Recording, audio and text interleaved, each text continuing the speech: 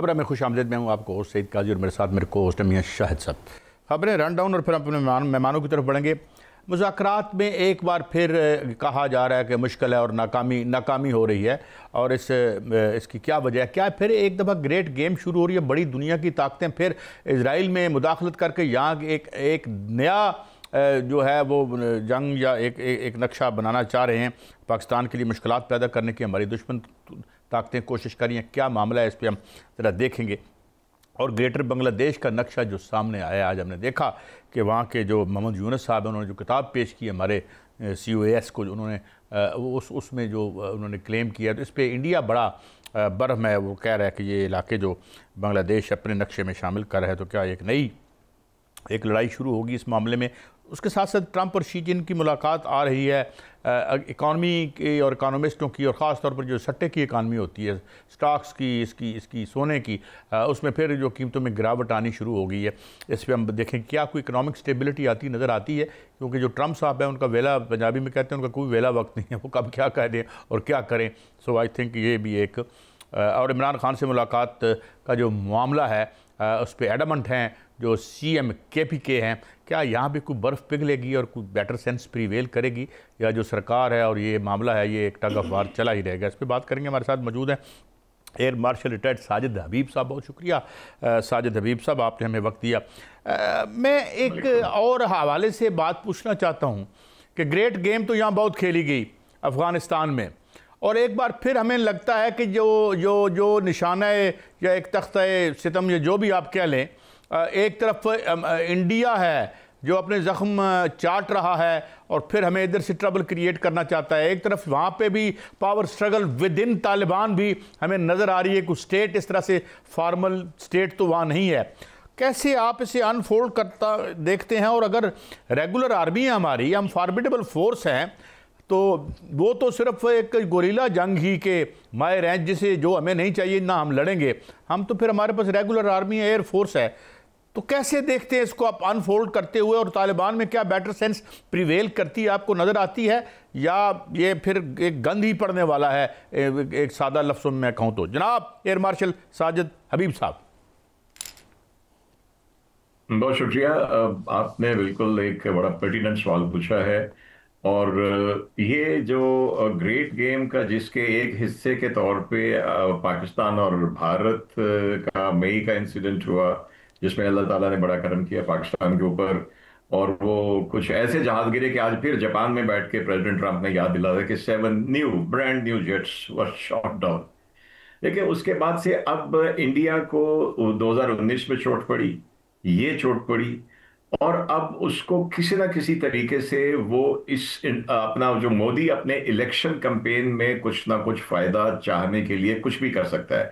तो प्रैक्टिकली मेरे नजदीक कोई ऐसा नहीं है कि वो इलेक्शन से पहले पाकिस्तान के ऊपर दोबारा कुछ हमला करने की जरूरत करेंगे। ये मेरी जाती राय है, लेकिन हम पूरे चौकन्ना हैं हमारी फोर्स। अब वो प्रॉक्सीज के थ्रू ज्यादा इंटेंसिटी, आप देखें मुत्तकी के होते हुए वहां पे इंडिया में पहली मर्तबा बाकायदा तालिबान फोर्सेस ने पाकिस्तानी पोस्टों के ऊपर हमला किया, और उसकी आड़ में बहुत सारे ख्वारिज को दाखिल करने की कोशिश की, जो कि ऑलरेडी बहुत सारे हमारे अंदर भी आके बैठे हुए छुप जाते हैं।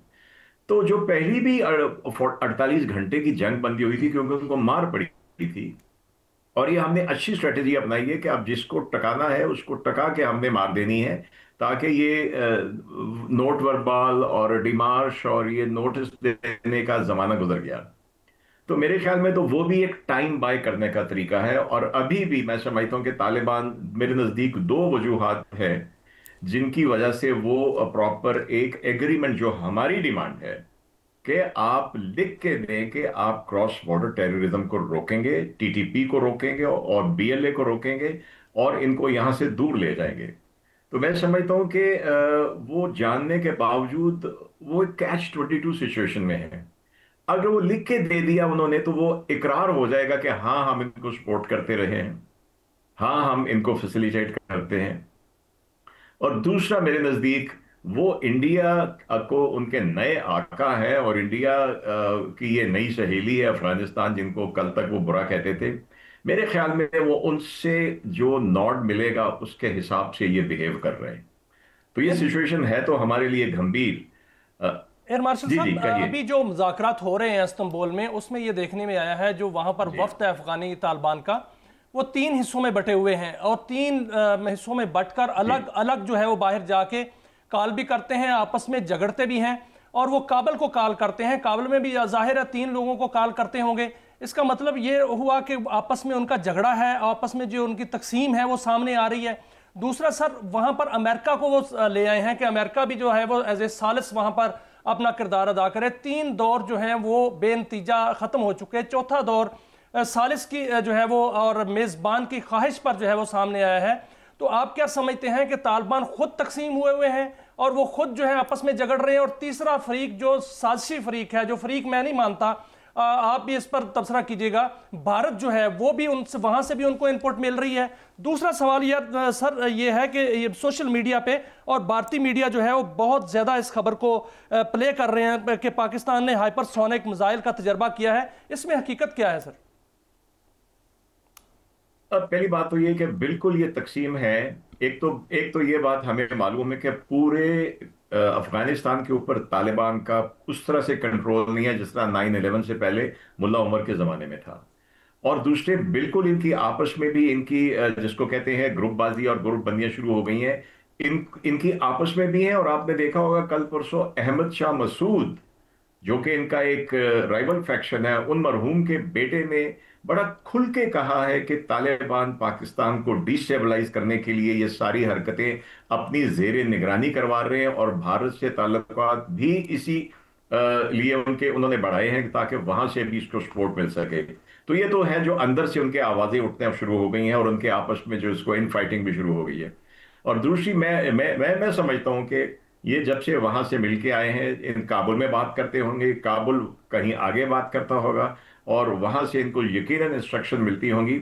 और इसके साथ ये टाइम भी बाय कर रहे हैं। मुझे जाती तौर पे ये थोड़ा सा इसकी मैं जो मेरी सोच है कि इस बहाने इंडिया कुछ अपने मुशीर, कुछ इनके मिलिट्री एडवाइजर, कुछ ड्रोन्स कामाकाजी और इस तरह की चीजें पहुंचाने की कोशिश ना करे। लेकिन वो इतनी जल्दी, मुझे ये भी तसल्ली है कि इंडिया अपने बनाए हुए जहाज को 30 साल में सही तरीके से न उड़ा सका, तो तालिबान ने क्या उड़ाना है। तो ये बात बिल्कुल सही आपकी है कि इनमें ग्रुपबंदी शुरू हो गई है। जहां तक बात यह है कि आपने एक और शायद चीज देखी हो कि सोशल मीडिया के ऊपर अब वो जो गोदी मीडिया है, वो मोदी को कोई ना कोई इलेक्शन में बूस्ट देने के लिए उसकी कैंपेन को, इवन मैंने ये एक देखा है कि जी मोदी ने बड़ा कामयाब दौरा किया खुफिया उसका काबुल का, और वहां पे बगराम एयरपोर्ट पे जो बेस है वो इनसे ऑलमोस्ट मिल गया है, तो अब तो पाकिस्तान मारा गया। तो वही बात यह है कि बगराम एयरबेस और एक और बेस, ये पूरे फंक्शनल हालत में अमेरिका के कहने के ऊपर तालिबान मेंटेन कर रहे हैं। आपने सुना होगा कुछ अर्सा पहले जब अमेरिकियों ने बेस मांगा था। तो इसके साथ मैं ये समझता हूं कि भारत कोई इसमें तीसरा फरीक नहीं है।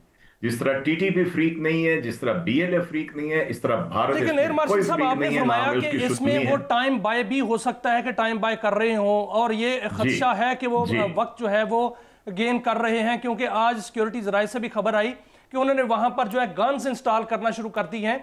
तो इस तरह अगर होता है तो वहां से अगर दारंदाजी होती है, वहां से हमला होता है, भारत भी वहां से अगर आपने जो है वो लॉजिस्टिक बेचता है या रा की जो साजिश है वहां से पनपती है, तो पाकिस्तान क्या वहां पर हमारी खुली जंग होगी? हम भी उसी तरह काबुल पर हमला करेंगे, हम भी बागराम पे हमला करेंगे, हम भी कंधार पर हमला करेंगे। और दूसरा जो गोदी मीडिया आज कह रहा है कि पाकिस्तान ने हाइपरसोनिक मिसाइल का तजर्बा कर लिया है, इसमें कितनी हकीकत है सर?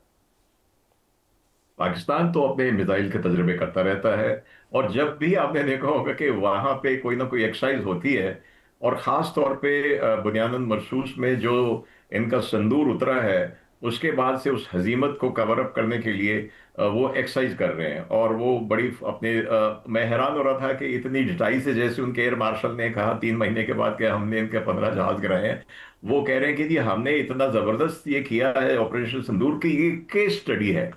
और भाई केस स्टडी को आपके अपने जनरल नहीं मान रहे, अपने जो जूनियर एयर मार्शल नहीं मान रहे, तो किसी दुनिया ने क्या मानना है।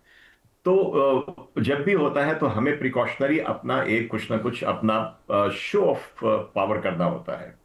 तो ये एक उसी सिलसिले में रूटीन का तजर्बा है। इंशाल्लाह पाकिस्तान, यानी एक बड़ी खबर है पाकिस्तान के लिए, एक बड़ी खबर दे रहे हैं एयर मार्शल साहब के इशारों के नाम में कि पाकिस्तान ने जो इंडिया है अपने दिफा के लिए हमने इस तरह के तजर्बे जो हैं वो हम करते हैं और करने चाहिए?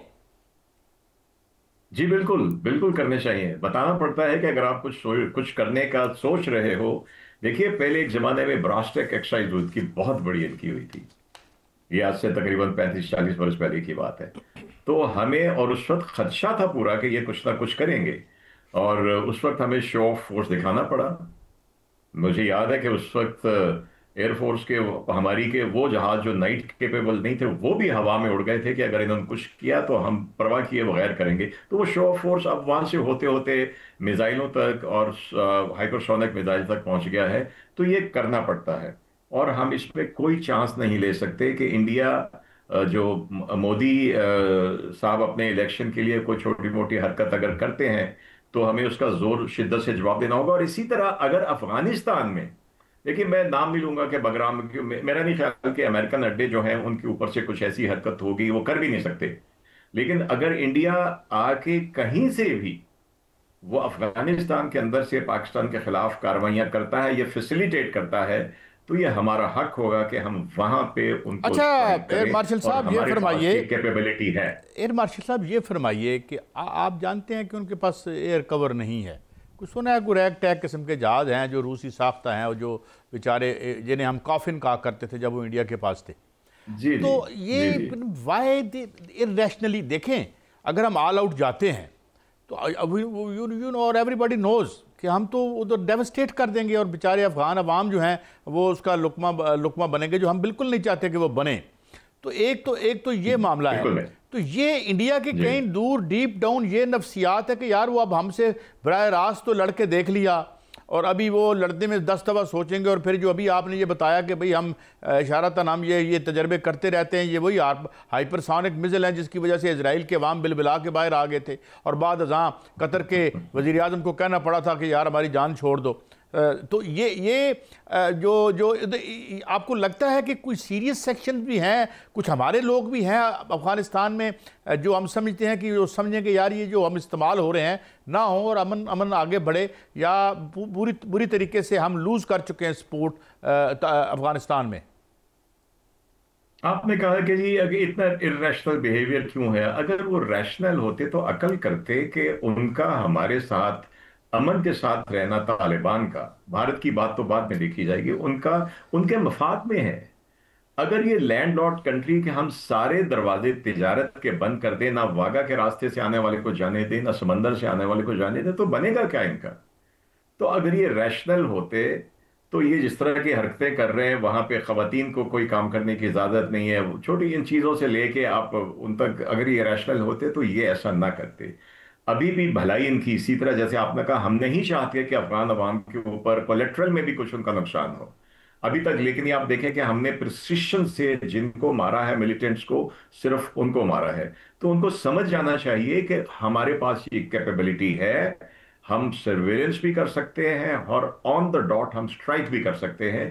तो बिल्कुल मार्शल साहब हम करेंगे इंशाल्लाह, अगर ऐसी दरअंदाजी होती है तो उसका जवाब जरूर दिया जाएगा। सर एक बहुत बड़ा इशू है ग्रेटर बांग्लादेश का। ग्रेटर बांग्लादेश का इशू उस वक्त सामने आया जब हमारे joint chief of staff, chairman joint chief of staff committee वहां पर थे, तो मोहम्मद यूनुस साहब ने उनको किताब दी, तो जिसके सफ़ा अव्वल पर एक नक्शा था जिसमें ग्रेटर बांग्लादेश जो है वो लिखा हुआ था। उसमें नक्शे में मगरबी बंगाल, बिहार और उड़ीसा को बांग्लादेश का हिस्सा करार दिया गया था। गोदी मीडिया और पूरे इंडिया में आग लगी हुई है जब से ये सामने आया है। आप क्या समझते हैं कि अगर उनका ये हक है तो उनको ये ग्रेटर बांग्लादेश बनना चाहिए? बिल्कुल बनना चाहिए। आप 1947 का देख लीजिए, पूरा बंगाल जो था उसको डिवाइड किया गया। ये मुस्लिम मेजॉरिटी सूबा था, पूरा बंगाल उसको डिवाइड कर दिया गया, ईस्ट बंगाल में और वेस्ट बंगाल में डिवाइड कर दिया गया। और ये देखिए, जो आग दूसरे के लिए लगाने की कोशिश की जाती है वो अपने घर जरूर पहुंचती है। तो भारत की जो कोशिशें हैं कि पाकिस्तान को किसी तरह से, देखें जो 71 में हुआ, लेकिन अब क्या है, अब पाकिस्तान और Bangladesh back to to brothers हैं। और आप देखें कि वही हमारे बांग्लादेशी भाई जो है वो खुद एक किताब प्रेजेंट कर रहे हैं जो उसके ऊपर ग्रेटर बांग्लादेश का है। तो ये इनकी कम से कम 7 स्टेट्स में तो बहुत शिद्दत से जो आज़ादी की वहाँ पे चल रही है तहरीक चल रही है, जिसमें अरुणाचल है, मिजोलैंड है, नागाराम है, नागालैंड है, मिजोरम, ये सारी जगह हैं। तो ये एक बिगनिंग है और ये इंशाल्लाह होगा और होना चाहिए। ग्रेटर बांग्लादेश बनना चाहिए और ये बिल्कुल, अगर होगा। बनता है तो और बनना अब इसके चाहिए। साथ सर, एक और इशू है जिसका मैं जल्दी से आपसे जवाब चाहूंगा, वक्त कम है। फील्ड मार्शल सैयद आसम मुनीर ने दौरा किया है और बड़ा ही कामयाब दौरा किया है। उन्होंने मिस्र, उर्दन, सऊदी अरब के दौरे किए हैं और ये दौरे जो हैं वो स्ट्रेटेजिकली बड़ा कामयाब समझे जा रहे हैं और दिफाई तौर पे भी कामयाब समझे जा रहे हैं। और तुर्की ने भी ये ख्वाहिश जाहिर किया कि हमें भी इसमें जो दिफाई मामलात हैं उसमें शामिल किया जाए। तो आप क्या देख रहे हैं कि एक बड़ा इत्तेहाद बनता हुआ नजर आ रहा है दिफाई हवाले से? अभी थोड़ा फार फिश्ड आइडिया है, लेकिन ये इसको कहते हैं ना कि इसकी एक इब्तदा हो चुकी है, जो कि सऊदी अरब के साथ, जो इनमें सबसे ज्यादा इन्फ्लुएंशियल जो अरब मुल्क है वो तो सऊदी अरब है। तो उसके साथ हमारा आगाज हो गया है। बाकी तमाम ममालिक, मैं समझता हूँ कि अरब ममालिक को समझ आ रही है कि उनकी जितनी डिपेंडेंस यूरोप के ऊपर, नेटो के ऊपर और अमेरिका के ऊपर थी, वो किसी भी वक्त उनको धोखा दे सकती है। तो वो एकदम तो उसको पर्दे को हटा नहीं सकते, लेकिन आहिस्ता आहिस्ता, और मुझे उम्मीद है कि जो तावन सऊदी और पाकिस्तान के दरमियान शुरू हुआ है, कतर से भी एक तरह से शुरू हुआ है, ये इंशाल्लाह फैलेगा और ओवरऑल ये पाकिस्तान के लिए और तमाम मुस्लिम ममालिक के लिए बहुत अच्छा होगा। जी my last question to you एक ये है, तो अनरिलेटेड मगर दूर दराज लगता है, हमारी आर्म फोर्सेस का एक जो रोल है, जो कि बड़ा अच्छा रोल हो सकता है, और वो गज़ा के हवाले से है। डू यू थिंक कि जो इज़राइल है वो ये मानेगा? और आप जानते हैं हमारा कल भी दिली रिश्ता है फ़लस्तीन वालों से, हम उनके हमारे दिल धड़कते हैं, वो भी चाहेंगे हम वहाँ हों। तो आपको लगता है कि ये वो, क्योंकि तुर्की के बारे में तो उसने कह दिया कि मुझे नहीं चाहिए, हालांकि तुर्की के से बड़े पुराने ताल्लुकात हैं, तो अगर ये भी इनकार होता है तो फिर हम गज़ा डील को भी समझें कि ये भी फारिग है? मैं जाती तौर पे समझता हूँ कि गजा पे यूनाइटेड स्टेट्स कोई ऐसी डील नहीं करेगा जिसमें किसी बात पे इसराइल का इत्तेफाक ना हो। ये मेरी जाती राय है। अगर इसराइल ओके करेगा तो कोई अरब मुल्क और फिर पाकिस्तान के बहुत शुक्रिया करते हैं पीस कीपिंग, तो हमें जाना चाहिए। साजिद, एयर मार्शल टेट साजिद हबीब साहब, thank you very much for guiding us on very vital, different and very complex issues. दुनिया बड़ी कम्प्लेक्स है भाई, with every passing day complex होती चली जा रही है, हम समझने की कोशिश को करते रहते हैं। ब्रेक के बाद हाजिर होते हैं, मैशत की बात करेंगे, सोने की बात करेंगे। ये जागने सोने वाला सोना नहीं है, बल्कि ये सोना जिसकी कीमत बड़ी गिर रही है। मैशत के ज़िमन में बात करेंगे, और ये KPK और ये गवर्नमेंट की जो है, इसमें क्या कोई बर्फ़ पिघलेगी, कुछ सेंस, बेटर सेंस प्रीवेल करेगी? नए CM साहब भी आ गए हैं, और उधर क्या मामला है? एक ब्रेक के बाद।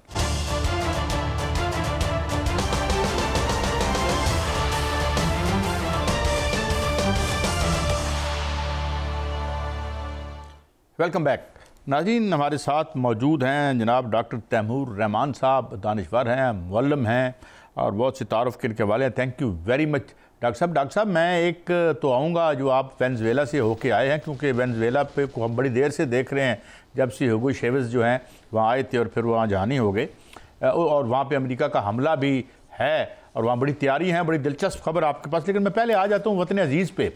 ये जो अभी ट्रंप की और इनकी मुलाकात के बाद थोड़ा सा आप जानते हैं, खैर से ये जो तमाम इकोनॉमिक इंफ्रास्ट्रक्चर है ये सट्टे पे और कुछ साइकोलॉजिकल जोन पे खड़ा होता है, तो ये सोना फिर से रूबा जवाल है, तो ये अब सोना नीचे आएगा। और do you see any political stability as an aftermath of जो मुलाकात है शी जिनपिंग की और ट्रंप की, ये बेटर सेंस प्रीवेल करेगी, या ये ट्रेड वार आगे जाती नज़र आती है आपको?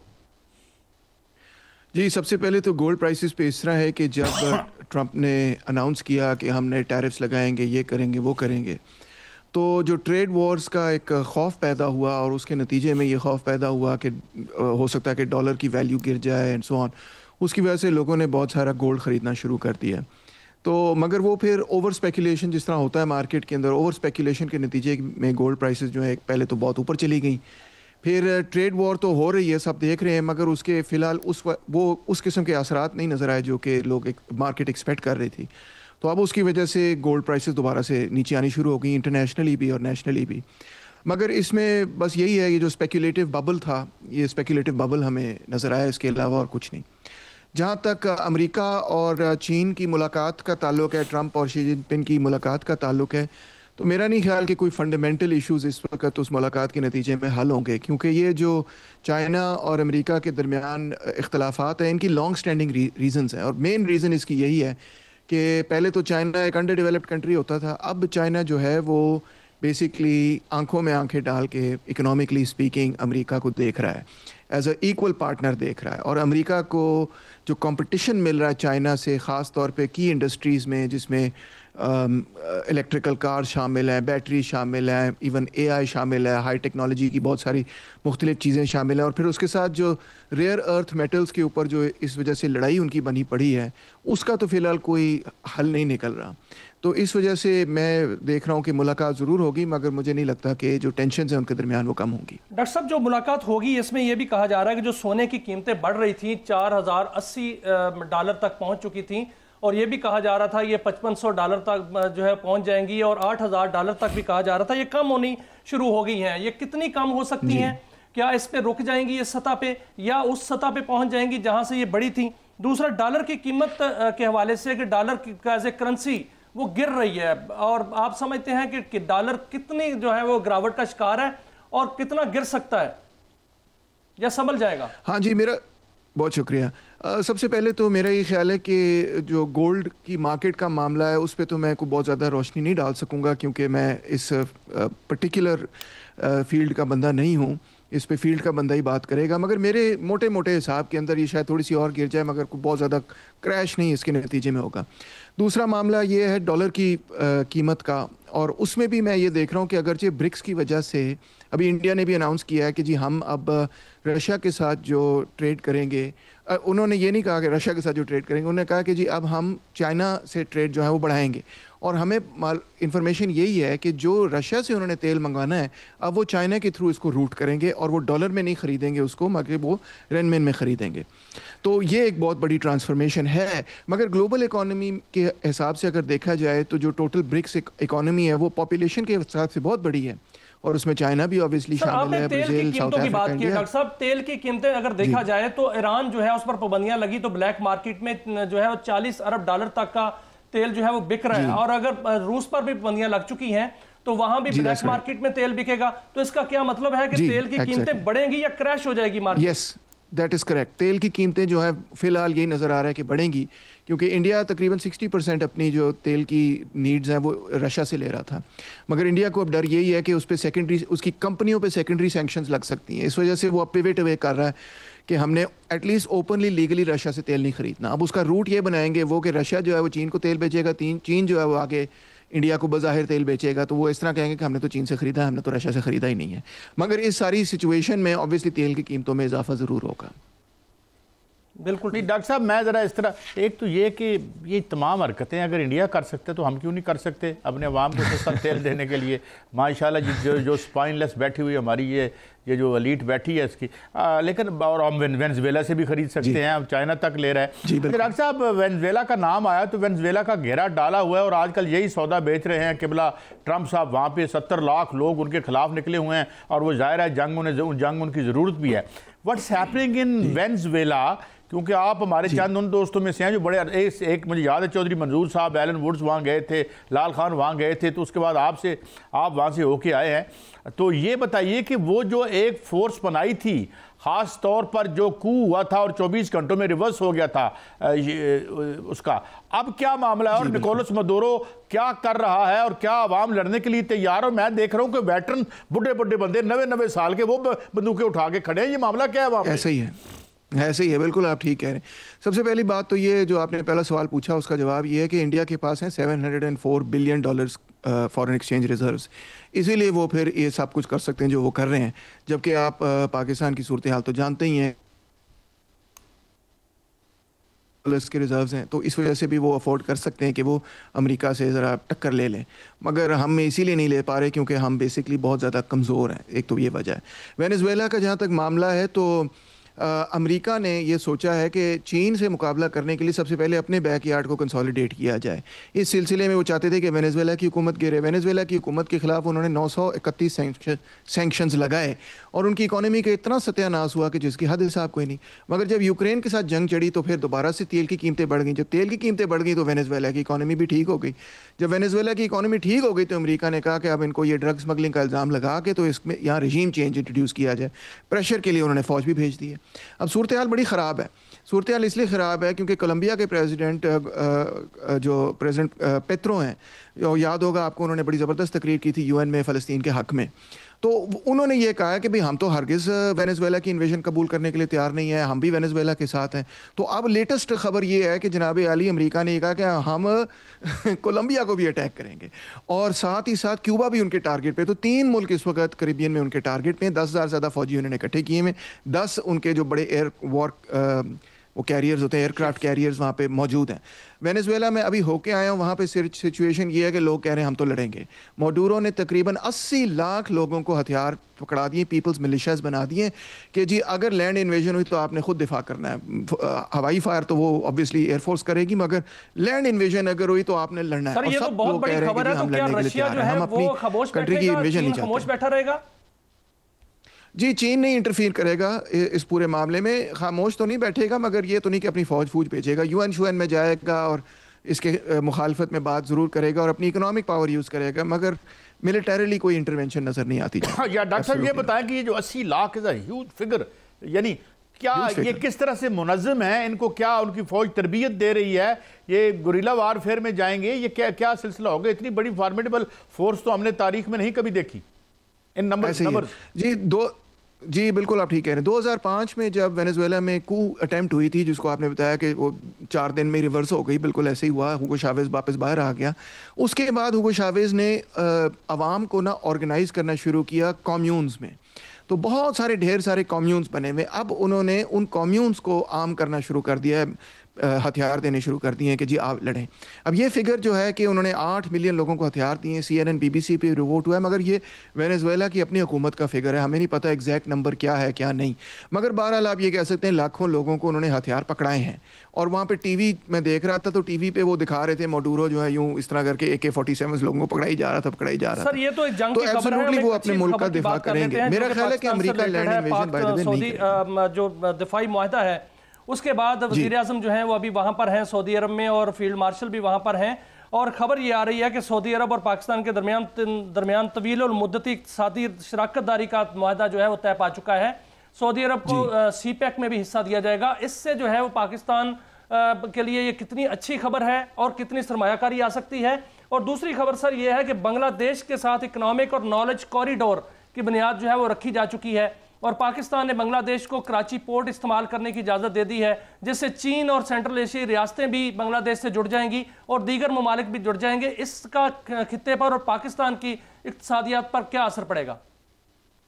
जी, सबसे पहले तो सऊदी अरेबिया के हवाले से बात यह कि अब हमारे पास हमारा उनके साथ एक मिलिट्री पैक्ट भी हो गया और इकोनॉमिक पैक्ट भी हो गया है।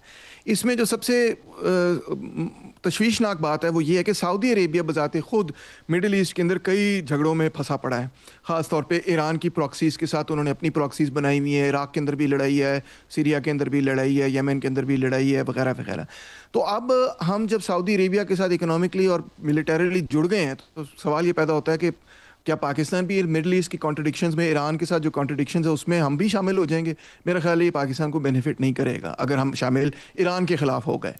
दूसरा मामला ये है कि ये सारी नेगोशिएशन एक इस सेंस में है कि हम वीक बार्गेनिंग पोजीशन में है।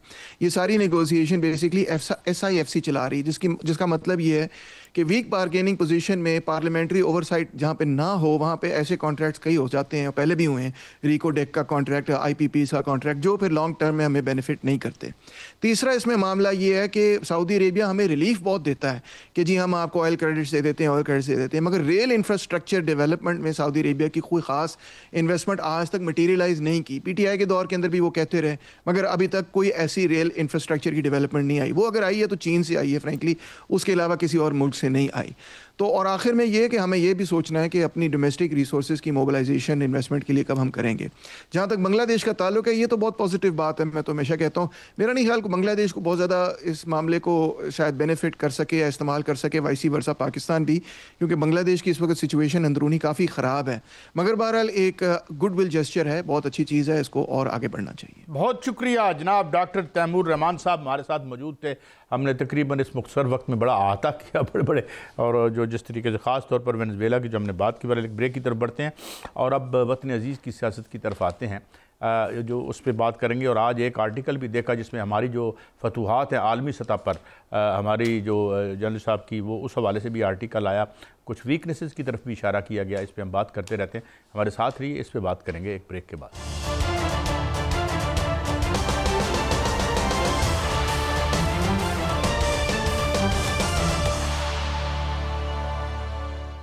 Welcome back.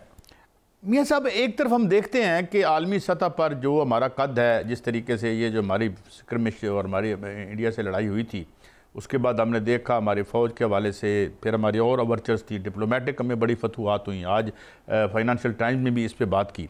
मगर बात एक चीज़ पे रुकती है मियाँ साहब, और वो बात ये है कि यार ये सारे माज तो हमने बड़े आसानी से हमने फ़तह कर लिए, ये अंदर का जो रौला है, यानी अगर कहीं वीकनेस, अभी हम डॉक्टर साहब से बात करते थे, तैमूर साहब से, कि भाई हम क्यों तेल नहीं ले सकते।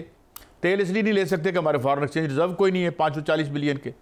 वो किधर जाते हैं? वो चीनी की स्कैंडल में 300 को खा जाता है, कोई गंदम के स्कैंडल में खा जाता है, कोई जो है IPPs में हमारा बेड़ा गर्क कर रहा है।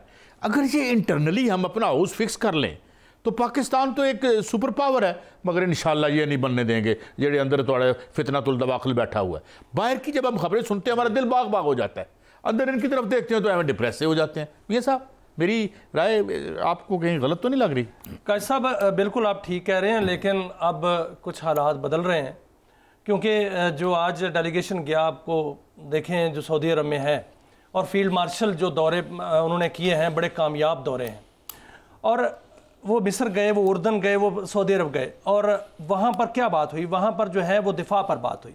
पाकिस्तान मरकज़ निगाह है इस वक्त, लेकिन जो आप बात अंदर की कर रहे हैं, वाक़तन इसमें प्रॉब्लम है। और मेरी खबर ये है कि अब अगला फेज़ जो है वो अंदरूनी सफाई का ही शुरू होने वाला है। बड़ा इंतज़ार है उसका। काजी साहब, ये शुरू होने वाला है, और इस पे जो नैब है उन्होंने बाकायदा तौर पर पैगाम भेज दिया कि हम तैयार हैं।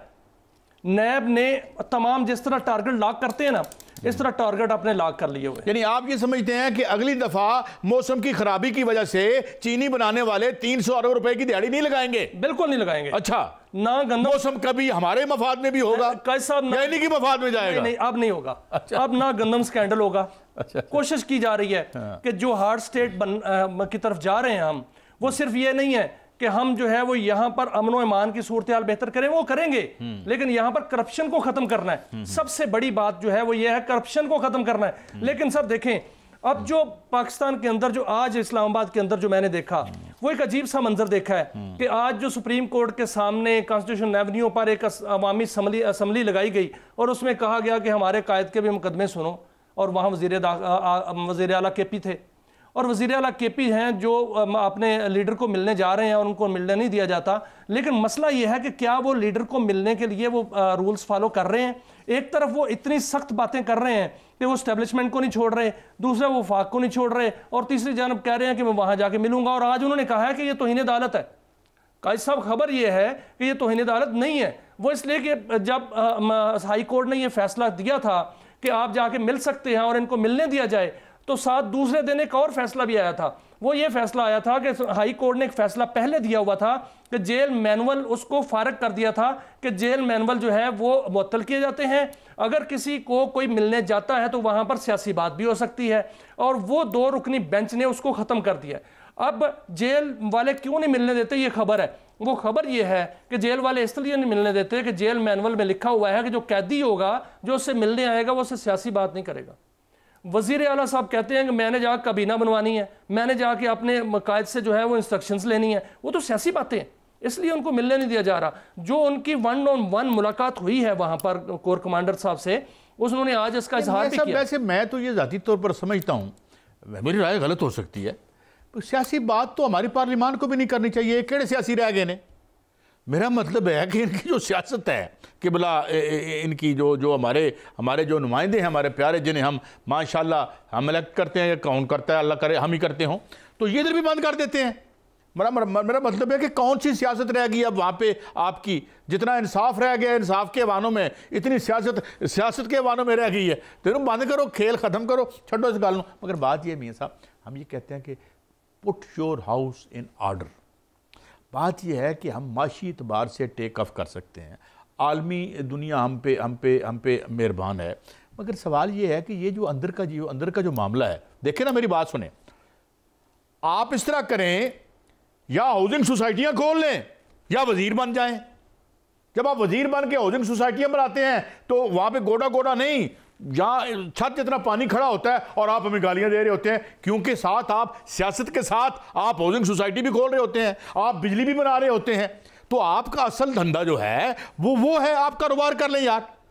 तो मैं नहीं समझता। देखें वो ये देखें क्या होता है, मैं बताता हूं होता क्या है। पॉलिसी बन गई है कि जनाब हमने वो क्या है जी वो इंपोर्ट करने हैं जो वो चलते हैं सोलर, तो पता चलता है सही प्राइम मिनिस्टर सईद काजी साहब के फर्जंदे अर्जुमंद सोलर इंपोर्ट कर रहे हैं। तो मेरा ख्याल है इनकी सियासत बंद कराएं और तुम कारोबार ही कर लो।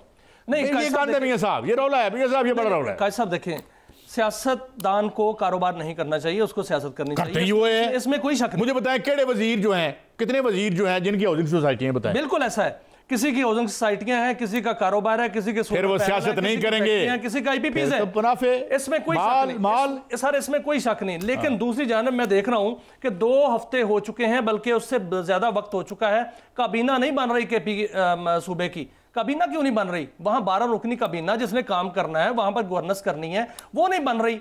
कल जो मीटिंग हुई है वहां पर वहां पर वजीर आला हाउस में कोर कमांडर साहब से, वहां मीटिंग तो उन्होंने 1-on-1 की और उससे जो है अपने लीडर से इजाजत क्यों नहीं दी? वहां तो कोई इजाजत नहीं ली गई, वहां तो वैसे मीटिंग कर ली गई। और वहां आज वजीर आला साहब ने बाकायदा तौर पर सुप्रीम कोर्ट के सामने गुफ्तगू करते हुए कहा कि वहां सिक्योरिटी से मुतल्लिक बात हुई। बिल्कुल होनी थी, क्योंकि फौज का काम है हिफाजत करना, और वो पहले कह रहे थे कुछ नहीं करने देंगे। अब जो है वो 1-on-1 मुलाकात हुई है, बाकायदा तौर पर मुबारकबाद दी गई है। पूछते ना पहले अपने लीडर से, सर देखें कड़वा जो है थू मीठा ऐसे नहीं होता। मैं तो इस कंट्रोवर्सी में नहीं जाता, उन्हें बनानी है बनाए, नहीं बनानी ना बनाए। मैं सिर्फ एक बात कहता हूँ कि एक बात तय और साबित हो चुकी है, जो कही तो 2500 साल पहले या इससे पहले अफलातून ने कही थी कि ये जो है ना, ये करियाना जो है ना, इसको सियासत में ना डालें। तो इससे जो हमारा गंद पड़ा है मियां साहब, इससे इतना बड़ा गंद पड़ा है कि अब क्या है कि भाई अपने जो इख्तियारात हैं वो तो आपने कैपिचुलेट कर दिया, अब रह के क्या इख्तियार रह गया? कारोबार कर लो अब सरकार के साए में और पॉलिटिकल पावर के साए में। ये इशू है, जिस दिन हमने ये इशू सॉल्व कर लिया मियां साहब, ये फॉर्मिडेबल मुल्क है। साहब बिल्कुल ठीक है। देखें सिंध में क्या हो रहा है, सिंध में भी यही कुछ हो रहा है, पंजाब में भी यही कुछ हो रहा है, बलूचिस्तान में तो खैर वहाँ तो सूबा जो है वो बिल्कुल दहशतगर्दी का शिकार है, और वहाँ से जितना फुल ऑफ एनर्जी है हम उससे फ़ायदा उठा लें तो पाकिस्तान 3 ट्रिलियन इकॉनमी बन जाएगी। लेकिन हम वहाँ फ़ायदा उठाने की कोशिश कर रहे हैं और इंशाल्लाह उठाएंगे। लेकिन सर जो एक जमात जो इंसाफ की नंबरदार थी वो KPK में क्या कर रही है? KPK के अंदर सर इस वक्त लोग सवाल कर रहे हैं कि उनको वहाँ पर कोई ना कोई रिलीफ चाहिए। वहाँ पर अब वजीर नहीं है, वहां पर कोई भी वजारत दाखिला का वजीर नहीं है, वहां पर जो है खुराक का वजीर नहीं है, वहां सेहत का वजीर नहीं है। वहां क्या होगा? एक वजीर आला क्या करेगा सर? साहब मैं ये कहता हूं, आप इस तरह करते हैं, सिंध में चले जाते हैं, आप सिंध में देखें जो हशर हुआ वहां के हमारे सिंधी भाइयों का, यहां पे पता करा लें कि किस किस की हाउसिंग सोसाइटी में, पंजाब में देख लें, इको काम है। जब तक हम सियासत को कारोबार समझ के करेंगे और इसे पैगम्बराना पेशा नहीं समझेंगे तो यही दुकानदार आगे आएंगे और हमारा बेड़ा गर्क करते रहेंगे। 35-40 साल तो मुझे भी हो गया इस साफत के में शिकंजे के, शिकंजा आवाम के गिर्द ही आया है। अल्लाह करे आपकी बात ठीक हो। प्रोग्राम का वक्त खत्म हुआ, कल फिर मिलेंगे। अल्लाह हाफिज।